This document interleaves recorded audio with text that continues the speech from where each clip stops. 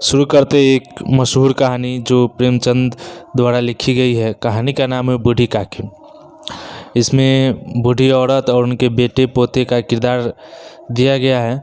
और कहानी का संक्षेप ये है कि बुढ़ापे में ज़ईफ़ लोगों का जो ज़बान होता है टेस्ट का, वो बहुत ज़्यादा हो जाता है। यानी टेस्ट के प्रति, स्वादिष्ट भोजन के प्रति वो लोगों का आकर्षण ज़्यादा रहता है। इसी पर कहानी आगे बढ़ती है। कहानी इस तरह है कि बुढ़ापा बहुधा बचपन का पुनरागमन हुआ करता है।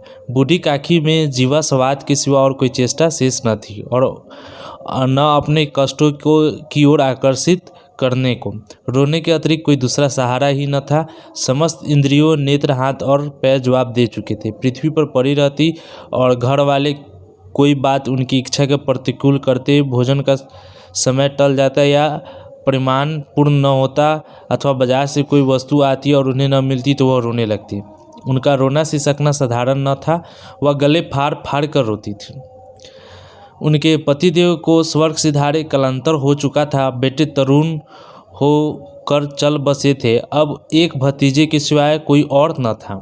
उसी भतीजे के नाम उन्होंने अपनी सारी संपत्ति लिख दी थी। भतीजे ने संपत्ति लिखवाते समय तो खूब लंबे चौड़े वादे किए, परंतु वे सब वादे केवल कुली डिपो के दलालों के दिखावे हुए सब्ज बाग थे। यद्यपि उस संपत्ति की वार्षिक आय 150-200 रुपये से कम न थी, तथापि बूढ़ी काकी को पेट भर भोजन भी कठिनाई से मिलता था।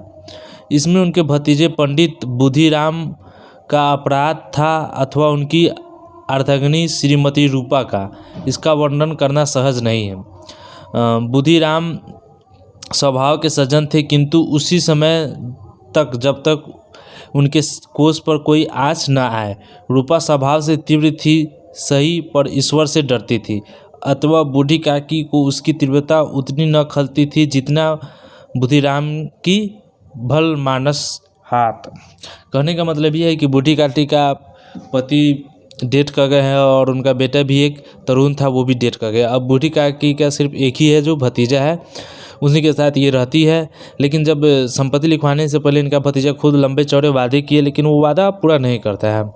और जो ज़्यादा ज़मीन है उससे 150-200 रुपया का वार्षिक था, लेकिन बूढ़ी काकी को पेट भर भोजन मिलता नहीं था। इनका भतीजे का नाम पंडित बुधिराम और इनकी पतोह यानी बुधिराम की पत्नी का नाम रूपा है।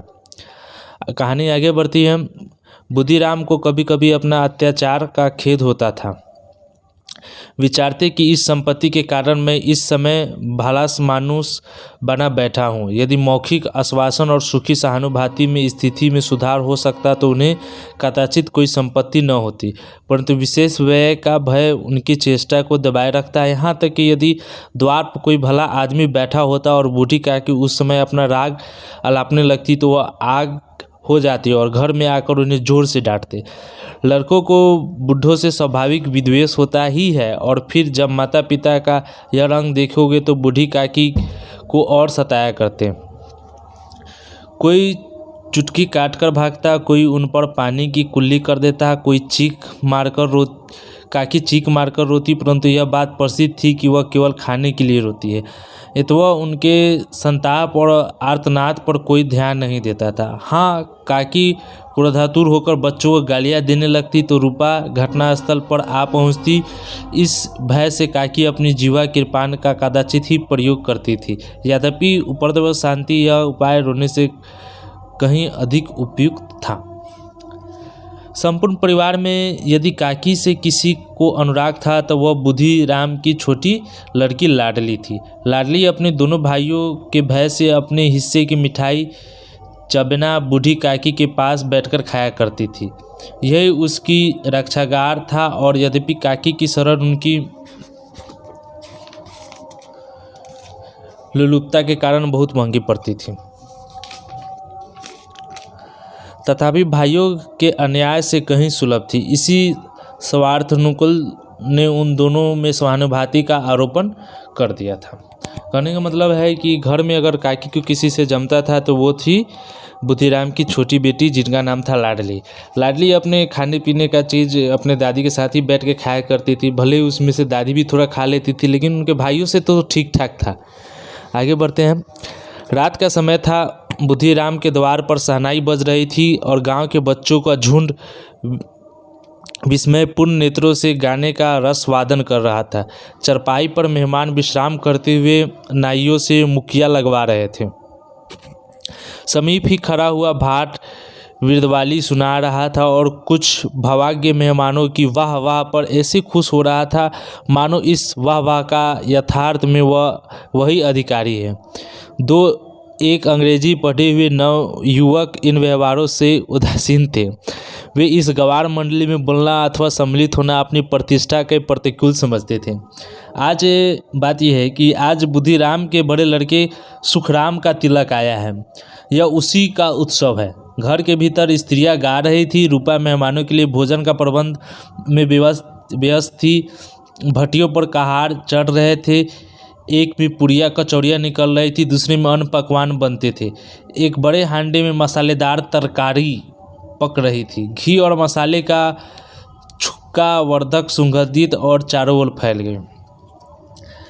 बूढ़ी काकी अपने कोठरी में सुखमय विचार की भांति बैठी हुई थी। यह स्वाद मिश्रित सुगंधित उन्हें बेचैन कर रही थी। वे मन ही मन विचार कर रही थी कि संभवतः मुझे पुड़िया न मिलेगी। इतनी देर हो गई, कोई भोजन लेकर नहीं आया। मालूम होता है कि सब लोग भोजन कर चुके हैं, मेरे लिए कुछ न बचा है। यह सोचकर उन्हें रोना आया, परंतु अशकुन के भय से वह रो न सकें।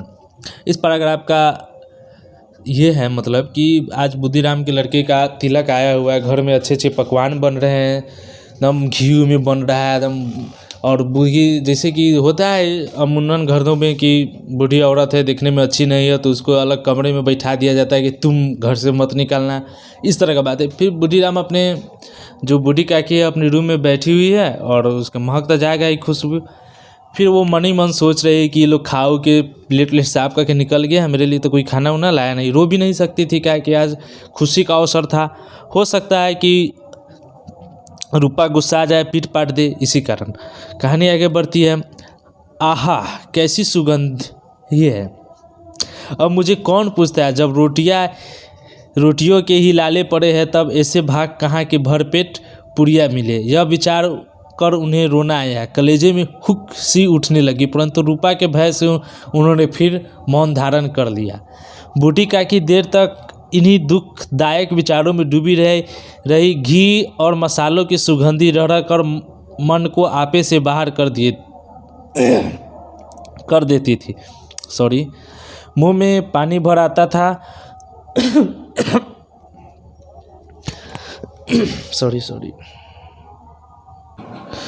बूढ़ी काकी देर तक इन्हीं दुखदायक विचारों में डूबी रही। घी और मसालों की सुगंधी रह कर मन को आपे से बाहर कर किए देती थी। मुंह में पानी भर आता था। पुड़ियों का स्वाद स्मरण करके हृदय में गुदगुदी होने लगता था। किसे पुकारूं, आज लाडली बेटी भी नहीं आई। दोनों छोकरे सादा दिख किया करते हैं, आज उनका भी कहीं पता नहीं। कुछ मालूम तो होता है कि क्या बन रहा है। बूढ़ी काकी कल्पना में पुड़ियों की तस्वीर नाचने लगी। खूब लाल लाल फूली फूली नरम नरम होगी। रूपा ने भली भांति मुयन दिया होगा। कचौड़ियों में अजवाइन और इलायची की महक आ रही होगी। एक पूरी मिलती तो जरा हाथ में लेकर देखती। क्यों न चलकर कढ़ा के सामने ही बैठूं। पूड़ियाँ छन छन कर तैरती होगी। कढ़ा से गरम गरम निकल कर थाल में रखी जाती होगी। फूल हम घर में भी सूंघ सकते हैं, परंतु वाटिका में कुछ और ही बात है। इस प्रकार निराय करके बूढ़ी काकी उकड़ू बैठकर हाथों के बल्ले रखती हुई बड़ी कठिनाई से चौखट से उतरी और धीरे धीरे रेंगती हुई कढ़ा के पास आ बैठी। यहाँ आने पर उन्हें इतना ही धैर्य हुआ जितना भूखे कुत्ते को खाने वाले के सम्मुख बैठने में होता है। रूपा उस समय कार्यभार में उद्विग्न हो रही थी। कभी इस कोठे में जाती, कभी उस कोठे में, कभी काढ़ा के पास आती, कभी भंडारा में जाती। किसी ने 12 से आकर कहा, महाराज ठंडई मांग रहे हैं। ठंडई देने लगी। इतने में फिर किसी ने कहा, भाट आया है, कुछ दे दो। भाट के लिए सीधा निकाल रही थी। एक तीसरे आदमी ने आकर पूछा कि अभी भोजन तैयार होने में कितना विलम्ब है, जरा ढोल मजीरा उतार दो। बेचारी अकेले स्त्री दौड़ते दौड़ते व्याकुल हो रही थी, झुंझलाती थी, कुटती थी, परंतु क्रोध प्रकट करने का अवसर न पाती थी। भय होता कहीं पड़ोसियों ने यह न कहने लगे कि इतने में उबल पड़ी। प्यास से स्वयं का उसका कंठ सूख रहा था, गर्मी के मारे फूकी जाती थी, परंतु उसका अवकाश भी न था कि ज़रा पानी पी ले अथवा पंखा लेकर झले। ये भी खटका था कि ज़रा आँख हटी और चीज़ों की लूट मची। इस अवस्था में उसे बूढ़ी काकी को कड़ाह के पास बैठी देखी तो जल गई। क्रोध न रुका, उसका भी ध्यान न रहा कि पड़ोसिने बैठी हुई है। मन में क्या कहेगी, पुरुषों में लोग सुनेंगे तो क्या है कहेंगे। जिस प्रकार मेढक केचुए पर झपटता है उसी प्रकार वह बूढ़ी काकी पर झपटी और उन्हें दोनों हाथों से झटक कर बोली, ऐसे पेट में आग लगी, पेट है या भार है? कोठरी में बैठते हुए क्या दम घुटता है? अभी मेहमानों ने नहीं खाया, भगवान को भोग नहीं लगा, तब तक धैर्य न हो सका, आकर छाती पर सवार हो गई। जल जाए ऐसी जीभ, दिन भर खाती न होती तो न जाने किसी हारी में मुंह डालती। गांव दिखेगा तो क्या कहेगा कि बुढ़िया भर पेट खाने को नहीं पाती, तभी इस तरह मुंह बाएं फिरती है। डायन ने मेरे न माचे छोड़े, नाम बेचने पर लगी है, नाक कटवा कर दम लेगी, इतना ठूंसती है न जाने कहाँ भस्म हो जाता है। लो, भला चाहती हो तो जाकर कोठरी में बैठो, जब घर के लोग खाने लगेंगे तुम्हें भी मिलेगा। तुम्हें कोई देवी नहीं हो, तुम कोई देवी नहीं हो कि चाहे किसी के मुंह में पानी न जाए परंतु तुम्हारी पूजा पहले ही हो जाए।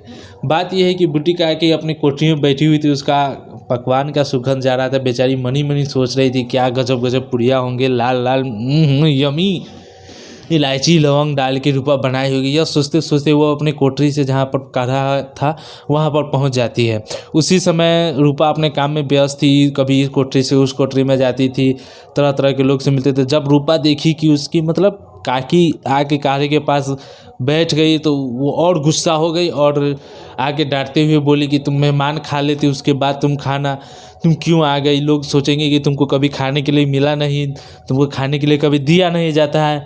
ये सब डांटते हुए बूढ़ी काकी को घसीटते हुए घर में ले गई और बोला कि सब खाना खाएंगे तो तुम्हें भी मिलेगा, तुम कोई देवी तो नहीं हो कि तुम्हारा साथ स्पेशल ट्रीटमेंट किया जाए।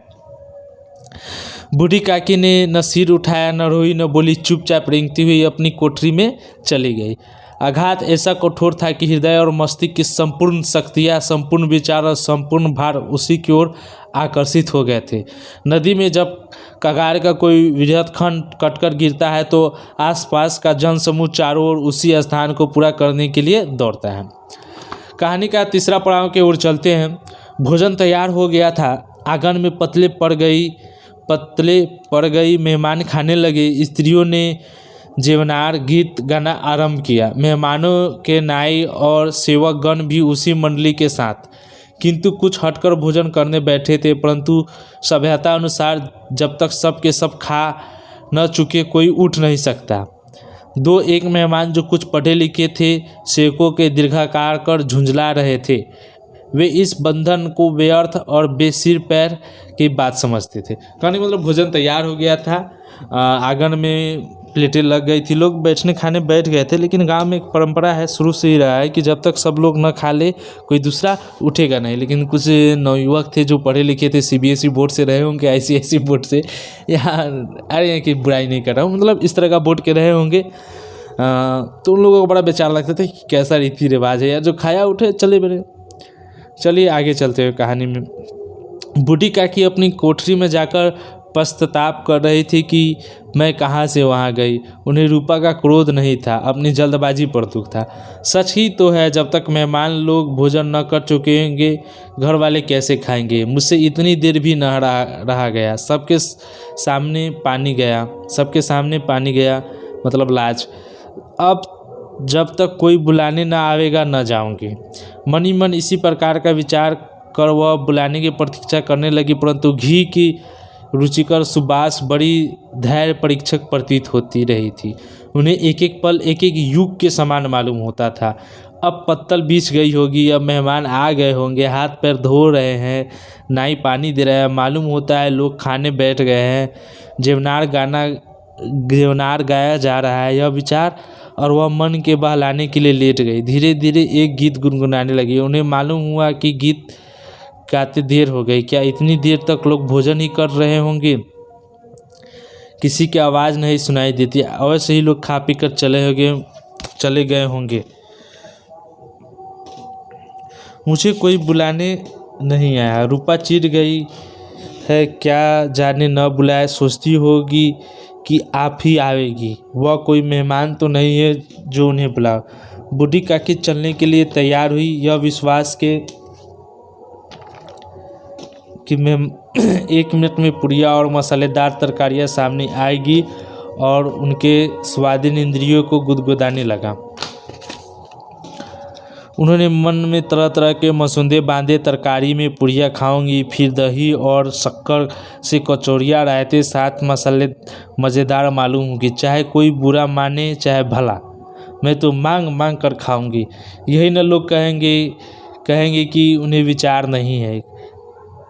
कहा करे, इतने दिन के बाद पुड़िया मिल रही है तो मुंह जूठा करके थोड़े ही उठ जाऊंगी। इस पैराग्राफ का संक्षेप ये है कि बूढ़ी काकी को थोड़ा अच्छा नहीं लगता है कि पहले ही चल गए लोग, मेहमान खा लेंगे तो ही जाना चाहिए। ये सोचकर वो अपने आप पर ही दुख होती है। फिर उसके बाद अपने कमरे में चले जाती है, कोठी में चली जाती है, वहाँ पर गीत गाते हुए अपना सो जाती है। जब उसे नींद खुलती है तो दिखता है कि सब सन्नाटा है, आवाज़ नहीं आ रहा है और नहीं कोई उसे बुलाने आया है। तो सोचती कि चलो अपने से ही जाके खा लेते। और मन में तरह तरह के ख्याल बन रहे थे कि क्या मसालेदार पुड़िया होंगी, कभी तरकारी खाऊंगी, कभी दही खाऊंगी, कभी शक्कर डाल के खाऊंगी। तरह तरह की बातें उसके मन में उठ रही थी। वह उकड़ू बैठकर हाथों के बल सरकती हुई आंगन में आई, परंतु हाय दुर्भाग्य, ये क्या हुआ? वह अकड़ू बैठकर हाथों के बल सरकती हुई आंगन में आई, परंतु हाय दुर्भाग्य। अभिलाषा ने अपने पुराने स्वभाव के अनुसार उस समय की मिथ्या कल्पना की थी। मेहमान मंडली अभी बैठी हुई थी। कोई खाकर उंगलियां चाटता, कोई तिरछी नेत्रों से देखता था कि और लोग अभी खा रहे हैं या नहीं। कोई इस चिंता में था कि पत्तल पर पुड़िया छूटी जाती है, किस तरह इन्हें भीतर रख लेता। कोई दही खाकर जीभ चटकारता था, परंतु दूसरा दोना मांगते संकोच करता था। इतने में बूढ़ी काकी रेंगती हुई उनके बीच में जा पहुंची। कोई आदमी चौंक कर उठ खड़े हुए पुकारने लगे, ये बुढ़िया कौन है? यह यहाँ से कहाँ आ गई? देखो किसी को न छू ले। पंडित बुद्धूराम काकी को देखते ही क्रोध से तिलमिला उठे। पुड़ियों का थाल लिए खड़े थे। थाल को जमीन पर पटक दिया और जिस प्रकार निर्दय महाजन अपने बेईमान और भगड़े कर्जदार को देखते ही झपट कर उसके टेटुआ पकड़ लेता है, उसी तरह लपक कर उन्हें बूढ़ी काकी के दोनों हाथ पकड़े और घिसते हुए लाकर उन्हें अंधेरी कोठरी में धम से पटक दिया। आशा रूपा वाटिका लू के एक ही झोंके में नष्ट विनष्ट हो गई। मेहमानों ने भोजन किया, घर वालों ने भोजन किया, बाजे वाले ने, धोबी चमार भी भोजन कर चुके थे, परंतु बूढ़ी काकी को किसी ने पूछा न। बुद्धूराम और रूपा दोनों ही बूढ़ी काकी को उनकी निर्जरता के लिए दंड देने का निश्चय कर चुके थे। उनके बुढ़ापे पर, दीनता पर, हतज्ञान पर किसी को करुणा न आती थी। अकेली लाडली उनके लिए कूट रही थी। लाडली को काकी से अत्यंत प्रेम था। बेचारी भोली लड़की थी, बाल विनोद और चंचलता की उसमें गंध तक न थी। दोनों बार जब उसके माता पिता ने काकी को निर्दयी से घटे तब लाडली के हृदय ऐंठ कर रह गया। वह झुंझला रही थी कि ये लोग काकी को क्यों बहुत सी पुड़िया नहीं देते, कि मेहमान सभी के सब खा जाएंगे, और यदि काकी ने मेहमानों से पहले खा लिया तो क्या बिगड़ जाएगा। वह काकी के पास जाकर उन्हें धैर्य देना चाहती थी, परंतु माता के भय से न जाती थी। उसने अपने हिस्से की पुड़िया बिल्कुल न खाई, अपनी गुड़ियों की पिटरी में बंद कर रखी थी। वह उन पुड़ियों को काकी के पास ले जाना चाहती थी। उसका हृदय अधीर हो रहा था। बूढ़ी काकी मेरी बात सुनते ही उठ बैठेगी, पुड़िया देखकर कैसे प्रसन्न होगी और मुझे प्यार करेगी। कहानी के अगले पड़ाव में चलते हैं। रात के 11 बज गए थे। रूपा आंगन में पड़ी सो रही थी। लाडली की आंखों में नींद न आती थी। काकी को पुड़ियों खिलाने की खुशी में उसे सोने न देती थी। उसने गुड़ियों की पिटारा सामने ही रखी थी। जब विश्वास हो गया कि अम्मा सो रही है तो वह चुपके से उठी और विचारने लगी कैसे चलूँ। चारों ओर अंधेरा था, केवल चूल्हे से आग चमक रही थी। चूल्हे के पास एक कुत्ता लेटा हुआ था। उस लड़की की दृष्टि द्वार के सामने वाले नीम की ओर गई। ऐसा मालूम हुआ कि उस पर हनुमान जी बैठे हुए हैं। उनकी पूंछ, उनकी गदा सब स्पष्ट दिखलाई दे रही थी। मारे भय के उसने आंखें बंद कर ली। इतने में कुत्ता उठ बैठा। लाडली को ढाढ़स हुआ। कई सोए हुए मनुष्यों के बदले एक जागता हुआ कुत्ता उसके लिए अधिक धैर्य का कारण हुआ। उसने पिटरी उठाई और बूढ़ी काकी की कोठरी की ओर चली। बूढ़ी काकी को केवल इतना स्मरण था कि किसी ने मेरे हाथ पकड़कर घसीटे। फिर ऐसा मालूम हुआ जैसे कोई पहाड़ पर उड़ाए लिए जाता है। उनके पैर बार बार पत्थरों से टकराते। तब किसी ने उसे पहाड़ से पटका। वे मूर्छित हो गई थी। जब वे सचेत हुई तो किसी की जरा सी आहट न मिलती थी। समझी कि सब लोग खा पीकर सो गए हैं। उनके साथ मेरी तकदीर भी सो गई है। रात कैसे कटेगी राम, क्या खाऊं, पेट में आगिन धनक रही है। हाँ, किसी ने मेरी सूध न ली। क्या मेरा ही पेट काटने से धन जुड़ जाएगा। इन लोगों को दया न आती कि जाने बुढ़िया कब मर जाए, उसका जी क्यों दुखावे। मैं पेट की रोटियां ही खाती हूँ और कुछ। इस पर यह हाल, मैं आधी अपाहिज ठहरी, न कुछ सुनूं न बूझो। यदि आंगन में चली गई तो क्या बुद्धूराम से इतना कहते न बनता था कि काकी अभी लोग खा रहे, फिर आना। मुझे घसीटा पटका। उन्हीं पुरियों के लिए रूपा ने सबके सामने गालियाँ दी। उन्हीं पुरियों के लिए इतनी दुर्गति करने पर भी उनका पत्थर का कलेजा न पिसेजा। सबको खिलाया, मेरी बात तक न पूछी। जब तक न दी तब तक क्या देंगे। यह विचार करके काकी निराशमय संतोष के साथ लेट गई। गालिन से गला भरा आता था, परंतु मेहमानों के भय से रोती न थी। सहसा उनके कानों में आवाज़ आई, काकी उठो, मैं पुड़िया लाई हूँ। काकी ने लाडली से बोली, पहचानी। चटपट उठ बैठी। दोनों हाथों में लाडली टटोला और उसे गोद में बैठा लिया। लाडली ने पुड़िया निकाल कर दी। काकी ने पूछा, क्या तुम्हारी अम्मा ने दी। लाडली ने कहा, नहीं, यह मेरे हिस्से की है। काकी पुड़िया पर टूट पड़ी। 5 मिनट में पिटारी खाली हो गई। लाडली ने पूछा, काकी पेट भर गया। जैसे थोड़ी सी वर्षा ठंडक के स्थान पर और भी गर्म पैदा कर देती, उसी भांति इन थोड़ी सी पुड़ियों ने काकी की क्षुधा को और इच्छा को उत्तेजित कर दिया था। बोली, नहीं बेटी, जाकर अम्मा से और मांग लाओ। लाडली ने कहा, अम्मा सोती है, जाऊंगी तो मारेगी। काकी ने पिटारी को फिर टटोला। इसमें कुछ खुरचुन गिरे थे, उन्हें निकालकर वे खा गई। बार बार होंठ चाटती थी और चटकारे मारती थी। बात यह है कि जब बूढ़ी काकी को रूम में ले जाके उनके कोठरी में पंडित बुद्धूराम पटक दिया, तो उसके बाद जब काकी बेहोश हो गई थी, जब उठी तो देखा कि कोई आवाज़ नहीं आ रहा है। लगता है कि सब खा पी के सो गए। और बेचारी बोलती है कि मैं एक पुड़िया ही खा लेती तो क्या इसके धन घट जाता, यही सब बात बोलती है और मने मन सोच रही थी। और ये लाडली अपनी दादी के लिए, काकी के लिए बचा के रखी हुई थी पुड़िया और रात में जाके देती है। बात ये कि जब भूख लगा रहता है इंसान को और थोड़ा सा खा लेने के बाद भूख और बढ़ जाता है, तो वही बोला था, बात दादी के साथ भी होता है, काकी के साथ होता है कि उतनी सारी पुड़िया से उनके तो पेट भरता नहीं, बल्कि और भूख बढ़ जाता है। कहानी आगे बढ़ता है। हृदय महसूस रहा था कि और पुड़िया कैसे पाऊँ। संतोष सेतु जब टूट जाता है तब इच्छा का बहाव अपरिमित हो जाता है। मतवालों का मद स्मरण करना उन्हें मदहंत बनाता है। काकी का अधीर मन इच्छा के प्रबल में प्रवाह में बह गया। उचित और अनुचित का विचार जाता रहा। वे कुछ देर तक इस इच्छा को रोकती रही। सहसा लाडली से बोली, मेरा हाथ पकड़ कर वहाँ ले चलो जहाँ मेहमानों ने बैठकर भोजन किया है। लाडली उनका अभिप्राय समझ न सकी। उसने काकी का हाथ पकड़ा और ले जाकर जूठे पतलों के पास बैठा दिया। दिन छुछादुर हत ज्ञान बुढ़िया पतलों से पुड़िया के टुकड़े चुन चुनकर भक्षण करने लगी। वो दही का कितना स्वादिष्ट था, कचौड़ियाँ कितनी सोलनी, खास्ता कितने सोकुमल। काकी बुद्धिहीन होती हुई भी इतना जानती थी कि मैं वह काम कर रही हूँ जिसे मुझे कदापि न करना चाहिए। मैं दूसरों की जूठा पत्तल चाट रही हूँ, परंतु बुढ़ापा तृष्णा रोग का अंतिम समय है, जब संपूर्ण इच्छाएं एक ही केंद्र पर आ लगती है। वो है क्या? जापान। बूढ़ी काकी में यह केंद्र उनकी स्वादेंद्रिय थी। ठीक उसी समय रूपा की आंखें खुली। उसे मालूम हुआ कि लाडली मेरे पास नहीं है। वह चौंक गई, चरपाई की उधर उधर ताकने लगी, कहीं नीचे तो नहीं गिर गई। उसे वहां न पाकर वो बैठी तो क्या देखती है कि लाडली जूठे पत्तलों के पास चुपचाप खड़ी है और बूढ़ी काकी पत्तलों पर से पुड़िया के टुकड़े उठा उठा कर खा रही है। रूपा का हृदय सन्न हो गया।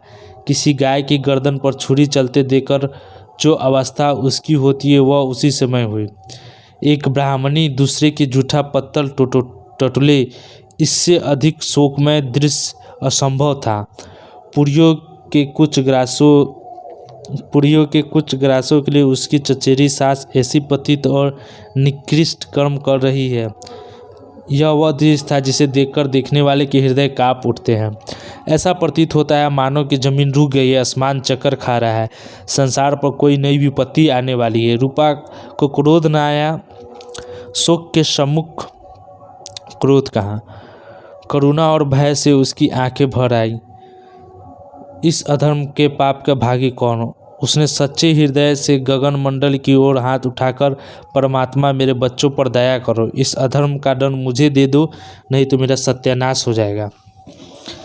रूपा अपनी स्वार्थपरता और अन्याय इस प्रकार प्रत्यक्ष रूप से कभी नहीं देख पड़े थे। वो सोचने लगी, हाय कितना निर्दयी हूँ, जिसकी संपत्ति से मुझे 200 रुपया वार्षिक आय हो रही है, उसकी यह दुर्गति और मेरे कारण। हे दयावान भगवान, मुझे भारी चूक हुई है, मुझे क्षमा करो। आज मेरे बेटे का तिलक था, सैकड़ों मनुष्यों ने भोजन किया, मैं उनके इशारे पर दासी बनी रही, अपने नाम के लिए सैकड़ों रुपए व्यय कर दिए, परंतु जिसके बदौलत हजारों रुपए खाए उसी इस उत्सव में भी भरपेट भोजन न दे सकी। केवल इसी कारण तो वृद्ध असहाय है। रूपा ने दिया जलाया, उसने भंडार का द्वार खोला और एक थाली में संपूर्ण सामग्रियाँ सजा कर लिए बूढ़ी काकी की ओर चली। आधी रात जा चुकी थी। आकाश पर तारों के थाल सजे हुए थे, पर उन पर बैठे हुए देवगण स्वर्गीय पदार्थ सजा रहे थे, परंतु उसमें से किसी को वह परमानंद प्राप्त न हो सका था जो बूढ़ी काकी को अपने सम्मुख थाल देखकर प्राप्त हुआ। रूपा ने कंठावरुद्ध स्वर में कहा, काकी उठो, भोजन कर लो, मुझसे आज बड़ी भूल हुई, उसका बुरा न मानना। परमात्मा से प्रार्थना कर दो कि वह आज मेरा अपराध क्षमा कर दें। भोले भोले बच्चों की भांति जो मिठाइयाँ पाकर मार और तिरस्कार भूल जाता है, बूढ़ी काकी वैसे ही सब भूल कर बैठी हुई खाना खा रही थी। उनके एक एक रोए से सच्ची सदिच्छाएं निकल रही थी और रूपा बैठी उसी स्वर्गीय दृश्य का आनंद में निमग्न हो गई। यहीं पर कहानी समाप्त होता है और कहानी से क्या सीख मिलता है आप मुझे कमेंट में बताएंगे। तो धन्यवाद धैर्य के साथ सुनने के लिए।